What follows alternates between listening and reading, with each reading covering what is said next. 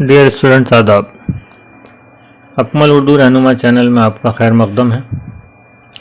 आज हम मुंशी प्रेमचंद का लिखा हुआ मुख्तसर अफसाना कौल का पास पढ़ेंगे। इससे पहले की वीडियोज़ में आपने मुख्तसर अफसाना और उसके अज्जाए तरकीबी और उसकी तारीख़ की जो तफसीलात थीं उनको देखा था और सीखा था। तो आज हम अफसाना पढ़ेंगे कौल का पास। सबसे पहले इसके उन्वान को देखते हैं। उन्वान यानी टॉपिक। इसका जो नाम है, शीर्षक है। कौल का मतलब होता है वादा, ज़बान देना किसी को, बात। और पास का मतलब होता है उसका लिहाज करना, उसको निभाना। यानी जो वादा आप कर रहे हैं, जो कौल आप किसी से कर रहे हैं, उसको आपको कैसे निभाना है, उसका लिहाज कैसे रखना है। जो ज़बान आप किसी को दे देते हैं तो उस ज़बान को आपको कैसे निभाना है, ये किस मुख्तसर अफसाने में हमें मिलती है। तो चलिए शुरू करते हैं और पढ़ते हैं अफसाना कौल का पास। अकबर बादशाह मुग़लों का बहुत मशहूर बादशाह गुज़रा है। अकबर बादशाह मुग़लों का बहुत मशहूर बादशाह गुज़रा है। उसने लड़ाइयाँ लड़कर हिंदुस्तान का बहुत सा हिस्सा फतेह कर लिया था। एक राजपूताना रह गया था। अकबर ने चाहा कि उसे भी फतेह कर ले और वहाँ भी सल्तनत करे। ये इरादा करके राजपूताना पर फौजकशी की। फौजकशी यानी अपनी फौज चढ़ा दी। राजपूत अपना मुल्क बचाने के लिए लड़े तो बहुत बहादुरी से, मगर आखिरकार उनके पाँव उखड़ गए। पाँव उखड़ जाना यानी कमज़ोर पड़ जाना, और जब वो कमज़ोर पड़ गए तो वो फिर वहाँ से भाग गए।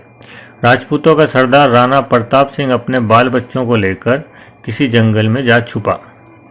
तो अकबर बादशाह ने जो है वो राजपूताना पर हमला किया उसको जीतने के लिए, और राजपूत हार गए। और वहाँ का जो सरदार था राणा प्रताप सिंह, वो जंगल में जाकर छुप गया। राजपूतों के एक सरदार का नाम रघुपत था। रघुपत ये बड़ा बहादुर और जर्री था, यानी लड़ने में बहुत तेज़ था और बहादुर था। उसने कुछ लोग अपनी फ़ौज में दाखिल कर लिए थे और उनको साथ लेकर लड़ा करता था। उसने बहादुरी में अपना ऐसा नाम पैदा कर लिया था कि बड़े बड़े मुग़ल उसका नाम सुनकर घबरा जाते थे। अकबर के सिपाहियों ने बड़ी कोशिश की कि किसी तरह उसको पकड़ लें, मगर वो एक जगह कब रहता था जो उसे पकड़ सकते। यानी वो इधर उधर घुमंतू की तरह घूमता रहता था, अपने परिवार को लेकर एक जगह नहीं रुकता था। तो बादशाह के जो अहलकार थे या बादशाह के जो सिपाही थे वो उसको पकड़ नहीं पा रहे थे। रघुपत सिंह की एक बीवी थी और एक इकलौता बेटा था। जब वो अपने दुश्मनों से लड़ने को घर से निकला था, उसका बेटा बहुत बीमार था। लेकिन उसने ना तो अपने बीमार बच्चे का ख्याल किया, ना बीवी का।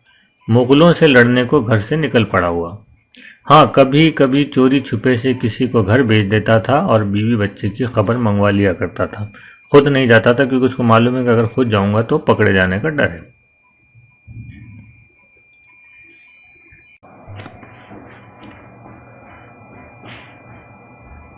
रघुपत सिंह को पकड़ने को अकबर बादशाह ने बहुत सी फौज भेजी, मगर वो किसी के हाथ ना आया।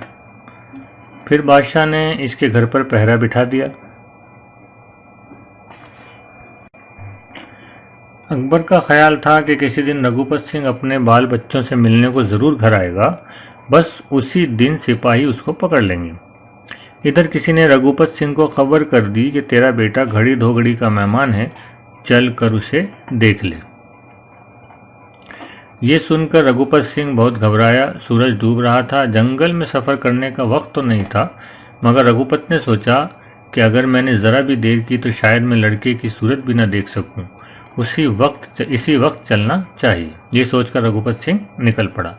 रघुपत सिंह इसी वक्त चलने को तैयार हो गया। जब रघुपत सिंह घर पहुंचा तो दरवाजे पर अकबर बादशाह के सिपाहियों में से एक पहरेदार ने कहा, बादशाह का हुक्म है कि तुम जहां मिलो पकड़ ले जाओ।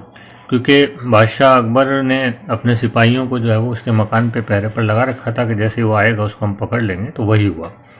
रघुपत सिंह ने कहा, मेरा लड़का मर रहा है, उसे देखना आया हूँ। ज़रा देर के लिए मुझे अंदर चला जाने दो, अभी देख कर लौट आता हूँ। उस वक्त जो चीज़ चाहे कर लेना, जब मैं वापस आऊँगा। मैं राजपूत हूँ, झूठ हरगिज़ ना बोलूँगा। उस पहरे वाले सिपाही ने कहा, देखाओ। जब रघुपत सिंह घर में गया तो देखा लड़का बेचैन हो रहा है और बीवी फिक्र के मारे बेहाल हो रही है। मियाँ को देखकर बीवी की ढाढ़स बंधी। रघुपत सिंह ने बच्चे को प्यार किया और दवा की तदबीरें बताईं, यानी दवा कैसे लेनी है उसकी तदबीरें तरकीबें बताईं।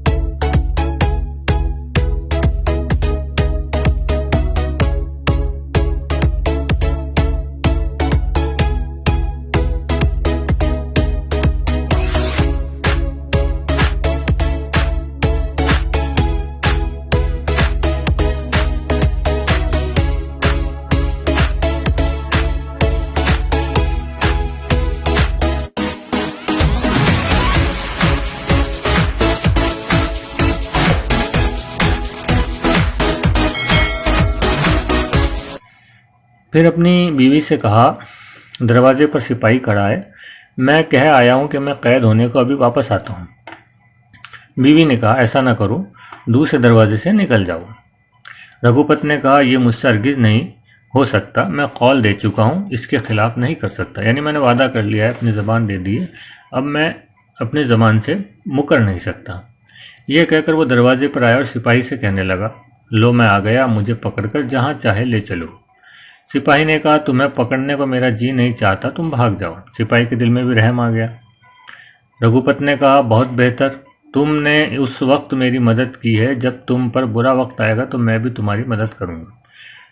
तो रघुपत ने कहा, तुम बहुत अच्छा कह रहे हो, तुमने मेरी इस वक्त मदद की है, मुझे अंदर जाने दिया, अगर कभी ज़िंदगी में तुम्हारे ऊपर बुरा वक्त आए तो हो सकता है मैं भी तुम्हारी कभी मदद करूँ। ये कहकर रघुपत आगे बढ़ा और गायब हो गया। इस बात को थोड़ी देर हुई थी कि मुगलों का एक अफसर कुछ आदमियों को साथ लेकर आ पहुंचा। पहरे वाले से कहा, हमने सुना है रघुपत इधर आया है। पहरे वाले ने सच सच कह दिया कि रघुपत सिंह अपने बीमार बेटे को देखने आया था और मैंने उसे जाने की इजाज़त दे दी। यह सुनकर अफसर ने पहरेदार को कैद कर लिया। रघुपत सिंह को भी सिपाही के कैद होने की खबर मिल गई। वो उसी वक्त वापस आया और आकर मुगल अफसर के पास खड़ा हो गया और कहा, मैं रघुपत हूँ, मैं वापस आ गया हूँ, मुझे पकड़ लो, इस बेगुनाह कैदी को छोड़ दो। अफसर ने रघुपत को पकड़ लिया और कैद खाने में डाल दिया, लेकिन सिपाही को न छोड़ा। अफसर ने दोनों को कत्ल करने का हुक्म दिया। तो अफसर ने सोचा कि दोनों को मार देता हूँ और बादशाह मेरे इस काम से बहुत खुश होंगे, और सिपाही को इसलिए मार देता हूँ कि सिपाही को अगर नहीं मारा और उसने ये बात बता दी तो हो सकता है बादशाह के दिल में रघुपत के लिए और सिपाही के लिए रहम आ जाए, तो इसलिए दोनों का ही काम तमाम कर दिया जाए। दूसरे दिन सिपाही रघुपत और पहरेदार को मैदान में लाए कि उनको कत्ल किया जाए। दोनों के हाथ पैर बंधे हुए थे। मुगल अफसर ने जल्लाद से कहा कि दोनों की गर्दनें उड़ा दो। जल्लाद ने तलवार उठाई ही थी कि घोड़ों की टापों की आवाज़ आई। लोगों ने देखा तो अकबर बादशाह अपने अफसरों के साथ चला आ रहा है। सब ने झुककर सलाम किया। अकबर घोड़े पर से उतर पड़ा और कहने लगा, रघुपत की गिरफ्तारी का पूरा हाल मुझको मालूम हो चुका है। फिर पहरेदार से कहा, हर भले आदमी का दिल दूसरों का दुख देखकर पिघल जाता है। मुझे मालूम हो कि इस राजपूत की तकलीफ देखकर तुम्हारा दिल भर आया है, इसलिए तुमने इसको छोड़ दिया था। इसमें तुम्हारा कोई कसूर नहीं है, अगर कुछ है भी तो मैंने माफ़ किया। मुझे ऐसे ही सिपाही चाहिए जो अपने बादशाह से ज़्यादा खुदा से डरता है। यह सुनते ही पहरेदार खुशी से फूला न समाया। फिर अकबर ने रघुपत की तरफ देखकर कहा, मुझे पहले यह मालूम न था कि बहादुर राजपूत बात के इतने धनी होते हैं। तुम्हारी बहादुरी और ईफाए वादा से, यानी वादे को पूरा करना, ईफाए वादा वादे को निभाना, मैं बहुत खुश हुआ, मैंने तुमको भी छोड़ा। रघुपत सिंह घुटनों के बल जमीन पर झुक गया और कहा, आप जिस रघुपत को इतनी मुश्किल से भी ना जीत सके, आज आप अपनी दरिया दिली दिखाकर आपने उसे जीत लिया। आप बहादुरों की वक़्त करना जानते हैं, वक़्त यानी इज्जत। अब मैं कभी आपका दुश्मन होकर तलवार न उठाऊंगा। जो आदमी अपने वादे के पक्के होते हैं और सच्चाई पर जमे रहते हैं और दूसरे के दुख में मदद करते हैं, खुदा हमेशा उनकी मदद करता है। तो इसमें सबक में, इस मुख्तसर अफसाने में ये बताया गया कि अगर आप अपने कौल का पास रखते हैं, अपने वादे को निभाते हैं, तो आखिर में हमेशा आपकी जीत होती है और आपको कभी भी नुकसान नहीं होता। तो इसलिए मर्द वो है, बहादुर वो है जो अपनी ज़बान से ना फिरे, बहादुर वो है जो अपने कौल का पास रखे, बहादुर वो है जो अपने किए हुए वादे को पूरा करे, चाहे उसके लिए उसे अपनी जान की बाजी क्यों ना लगानी पड़े।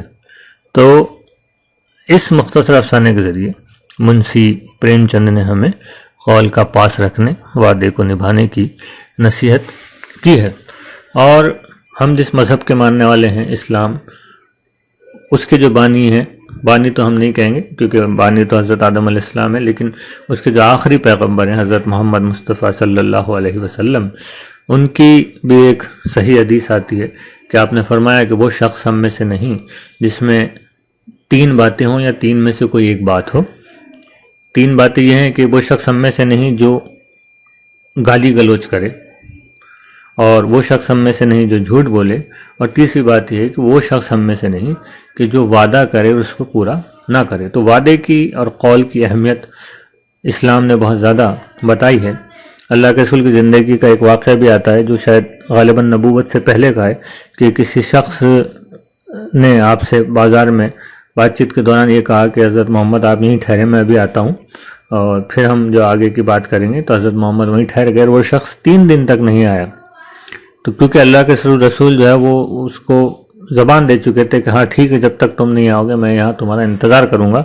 तो आप 3 दिन तक अपने घर नहीं गए, और तीसरे दिन जब उस आदमी का गुज़र उस रास्ते से हुआ, उसने हज़रत मोहम्मद सल्लल्लाहु अलैहि वसल्लम को वहाँ मौजूद पाया और अपनी बात उसको याद आई, तो वो बहुत शर्मिंदा हुआ और उसने अल्लाह के रसूल से माजरत की। लेकिन अल्लाह के रसूल ने अपना वादा निभाया, क्योंकि उन्होंने कह दिया था कि मैं यहाँ तुम्हारा इंतज़ार करूँगा। तो वो तब तक वहाँ मुंतज़िर रहे उसके जब तक वो नहीं आ गया। तो